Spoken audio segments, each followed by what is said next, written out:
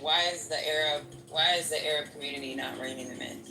Okay, can I finish my submission though, Miss Pat? That's the ceiling Finished your fan. submission, and I just That's answered your question. Brandon's work. But I disagree with that, so that's Go why ahead. Now I'm you not can the go fan back and blades. you can disagree, and I then think you it's can the say, wire but in don't the, say you cannot robots. finish my submission. You were done with your submission. I just answered your question. Now you okay. can go to. I no problem. I apologize. Okay.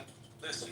So what I'm trying to say is the same reason that we have our problem today, which was because of solidarity with the Palestinians, is the same reason why the Hezbollah started to fire the rockets at that time, right?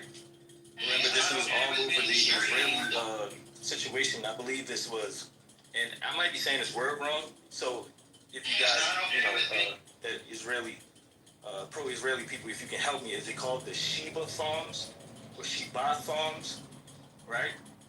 Right. And so, at that time, right, I think that what I'm trying to say is that The every ticking time noise is that also people indicative do of a something in film, solidarity with a the movie PLO, theater, they're acting as speakeasy. we're looking at them as terrorists, but we're not looking at the instigator in this. So we're calling them the instigator when there's only one prime instigator, which is Israel. And so what I'm saying is that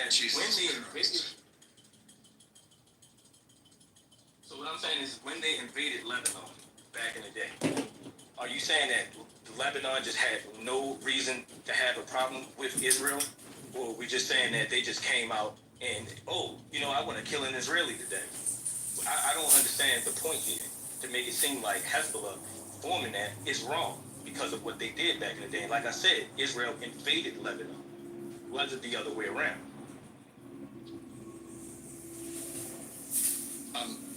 I'm happy to respond if nobody else wants to. I'm confused with what he's saying because, this is the problem. When you look at Shia identity or martyrdom of Shias, right? Lebanon has a Shia Muslim community, and then they're supported by the Islamic Revolution. So, when it comes to, it's like a really that's why I said it's really complicated. Like the Middle East, this is all around religion, and this is how I feel. I feel it's all around religion. Nobody gives a fuck about the Shia population. And then some of the stuff that they're doing, it may be them protecting or trying to protect what they feel is rightfully theirs. But then, again, this is still going to be a Middle East problem, and that's not only to include Israel, that would be, and to include Qatar, that would be to include Bahrain, that would be to include Jordan, who doesn't even really, to be honest with you, they probably don't care what happens to Palestine at this point because of historical shit that's happened in the past. They're only protecting themselves. Like these Middle Eastern countries really are not on the same page as what you think they're on. They're only doing certain things because of their population and then saying, oh, we're all Muslims, we're still brothers. But outside of that, there's no real support.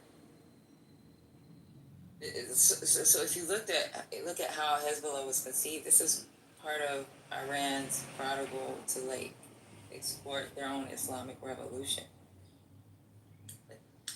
And when it comes to foreign proxies, Iran is probably the most powerful when it comes to funding or training, guidance when it comes to ideology. This is not something that is very complex, and how you're speaking on it, it's mentally in my brain, and that's why I'm getting confused with some of the stuff that you're saying.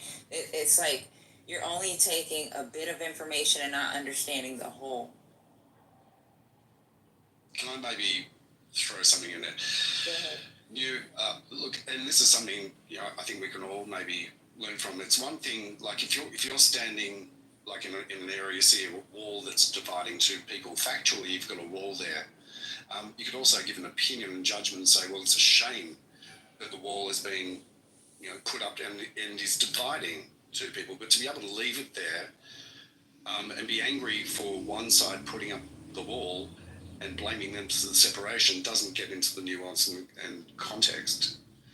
Understanding and reaching a reason why why was there a wall put up to start off with? Is a key question to be able to put up there. And it's like, if we learned that, terrorists were going over this line and they were killing innocent people, and that's the reason why the wall was put up, then that's an understanding of the why. But understanding, well, has it been effective or not?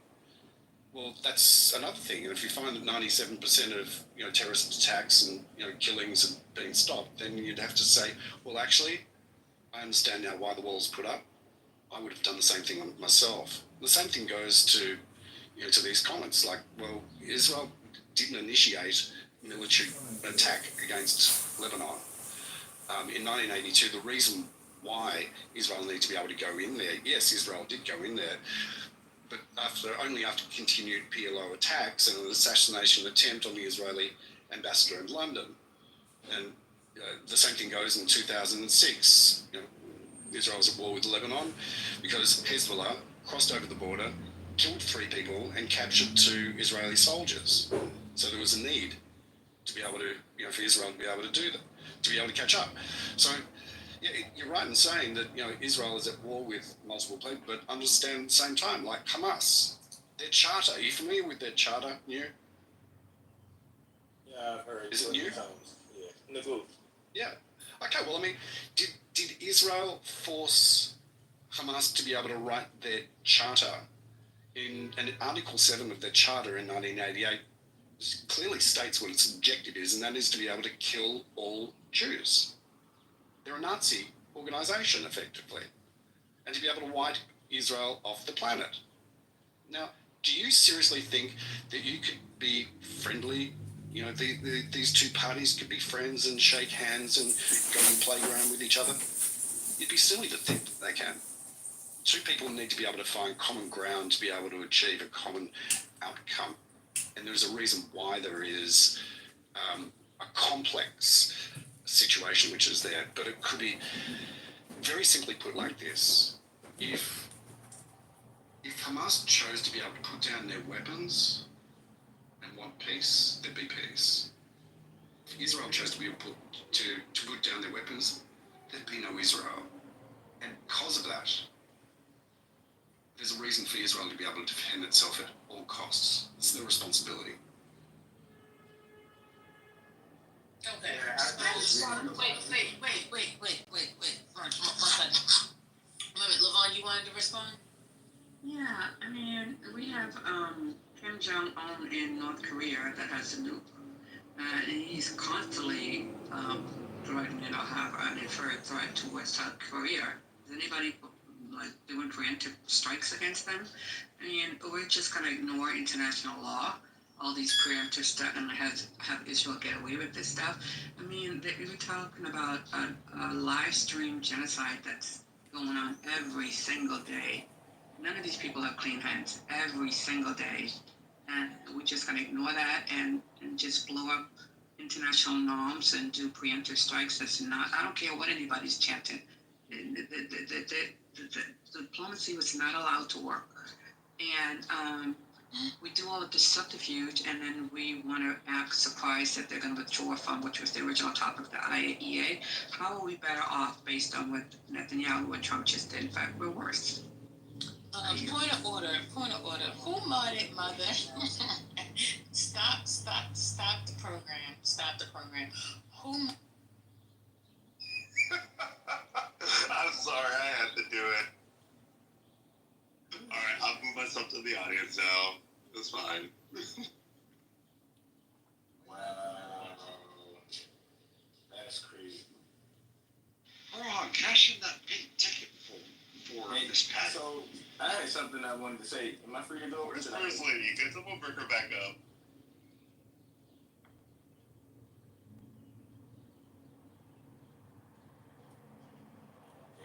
Can I speak from where I wanted to say, or should I?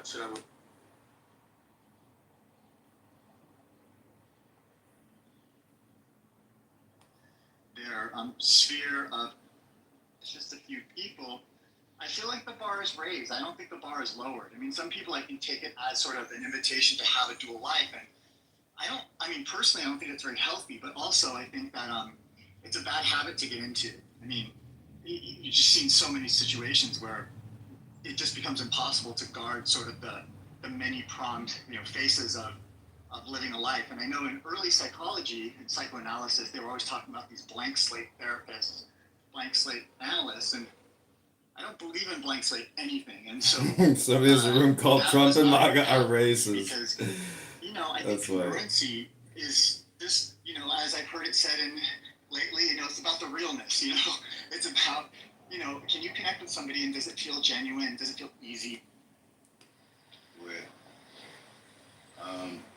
I've watched people now,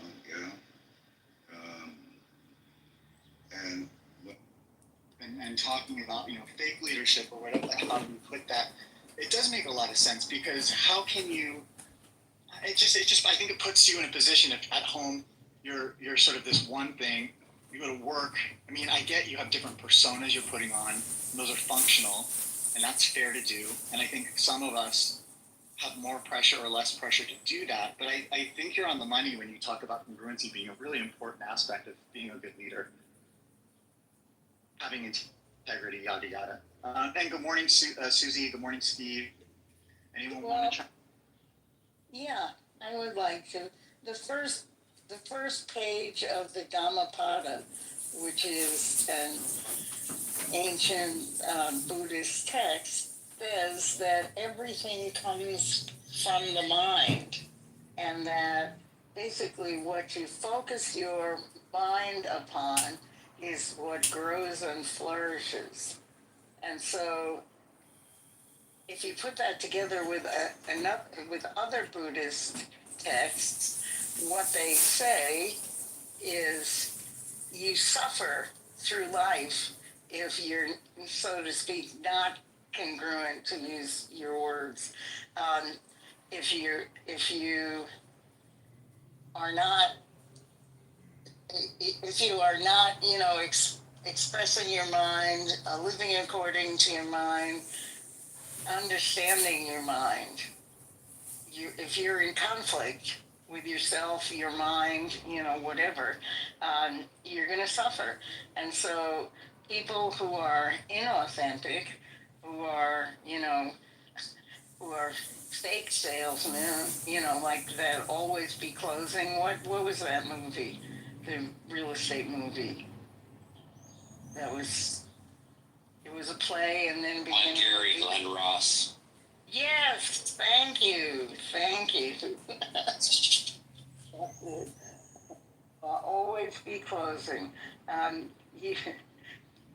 You have to be in some kind of agreement with your own mind, or number one, the people around you will see it.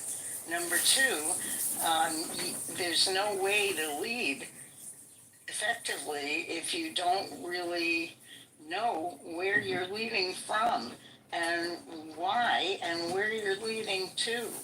And this is Barbara's territory, not mine, but one good thing, I suppose, about psychological training and the kind of studying and deep diving that you've done, Dr. James, and do on a regular basis is examine congruency and try to bring people into agreement with their own minds, so to speak. Including self.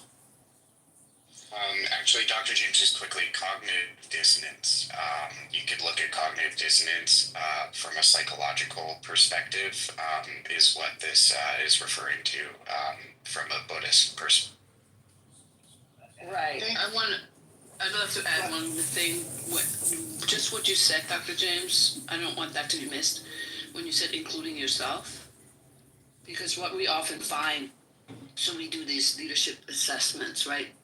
Which is called a 360. So your peers assess you, your direct reports assess you, your boss assess you, and you assess yourself. And what we see often is that, and I'm going to put a gender lens on it too, right? Men tend to overestimate their self in terms of, on a scale of 0 to 10, how effective are you in whatever, right? Valuing people, valuing differences, or something like that. And women tend to underestimate themselves. Right? assess themselves, right?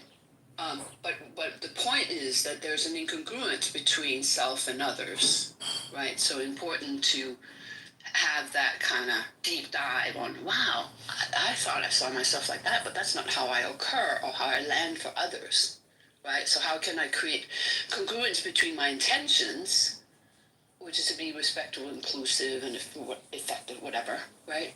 And how I actually land for the people. That's the learning. And I love what you said, calling out the self. So I'm done for now. Thanks. Interesting, Barbara. I think one of the first times that I opted to do a little mini talk in here, we did a talk around these types of biases and some of the differences in the way gender is both perceived and experienced from kind of a psychological framework. And I really do think that's on the money and it's not to be missed. And yeah, the reason why I say self is because, and this is something I brought up right at the end of the time we had here yesterday, was in psychology. If you're getting a degree through an American Psychological Association accredited school, there's a requirement, you have a minimum of a year's worth of personal therapy.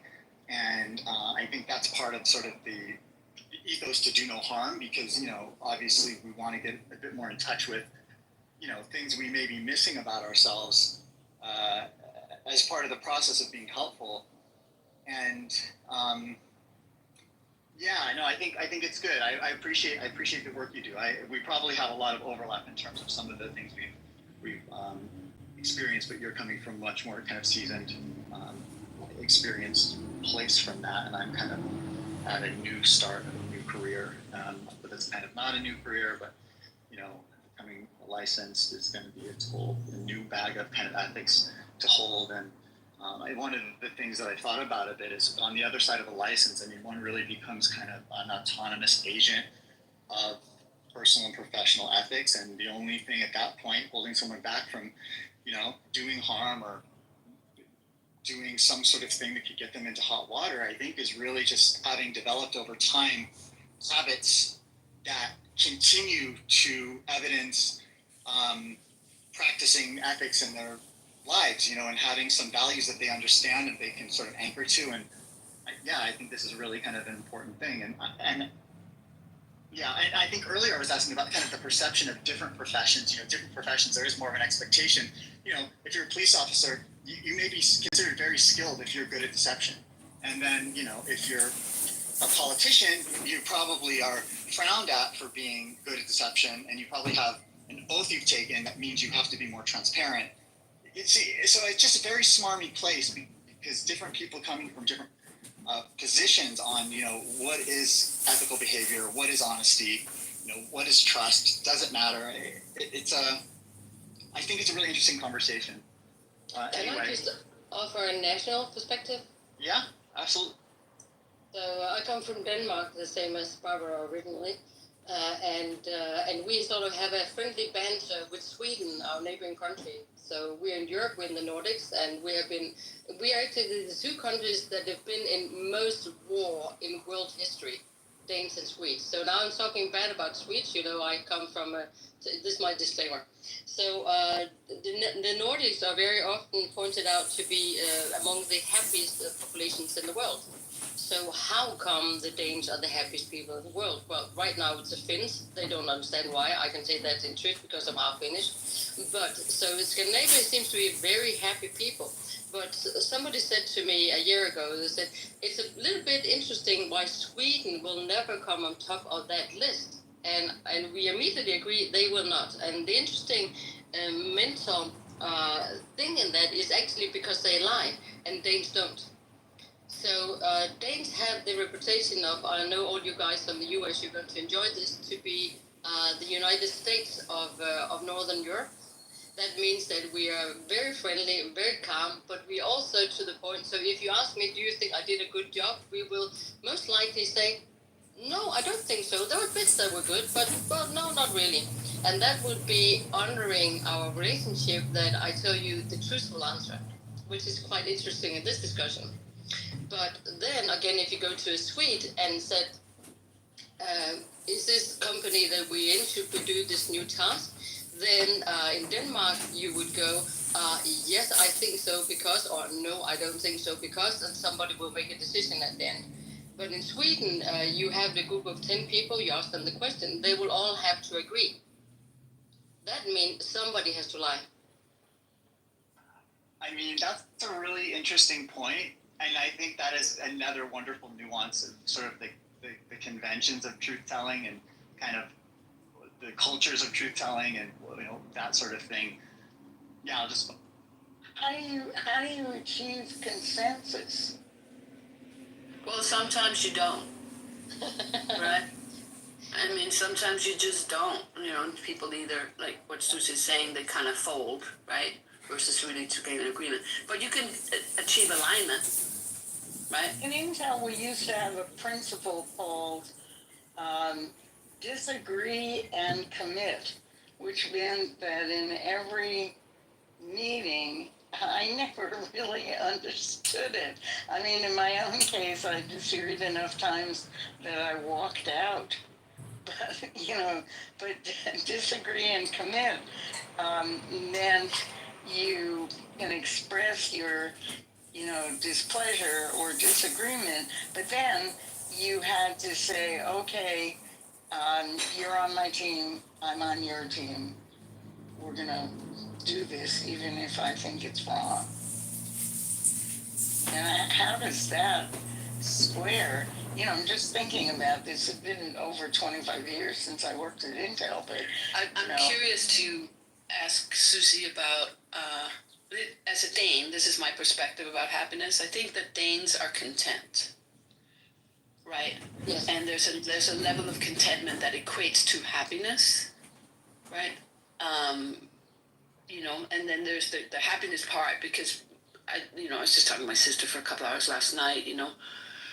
She's in Copenhagen and she's in this tiny little apartment, and she's and she downsized, blah blah blah, and she said, I'm really enjoying this 800 square foot whatever, right?